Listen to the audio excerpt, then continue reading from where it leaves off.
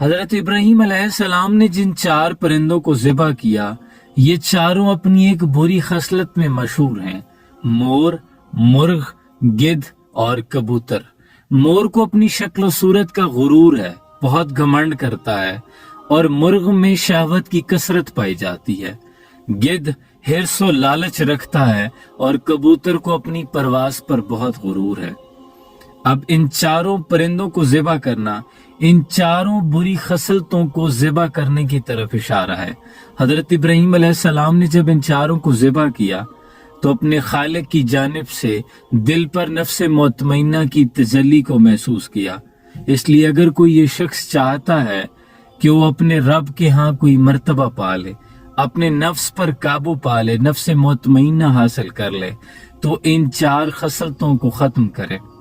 اپنے مور کو ذبح کرے، یعنی اپنی ظاہری بناؤ سنگھار شکل و صورت کو دوسروں سے زیادہ خوبصورت نہ جانے، اتنے اجلے نہ بنو کہ دوسرے گدلے نظر آنے لگیں۔ اپنے مرغ پر چھری پھیر دو، یعنی اپنی شہوت کو کنٹرول میں رکھو، نفسانی خواہشات کو کنٹرول کرو، اور اپنے حرص و لالچ، دنیا کا طمع، مال و متاع کو اکٹھا کرنا، اس گدھ کو ذبح کرو۔ اور چوتھا، اپنی پرواز، اپنے دوسروں سے اعلیٰ عہدے، اعلیٰ منصب پر غرور کرنا، اس چیز کو بھی ذبح کر دو۔ پھر اس کے بعد تم اللہ کے ہاں کوئی مرتبہ پالو گے، اپنے نفس پر کنٹرول پالو گے۔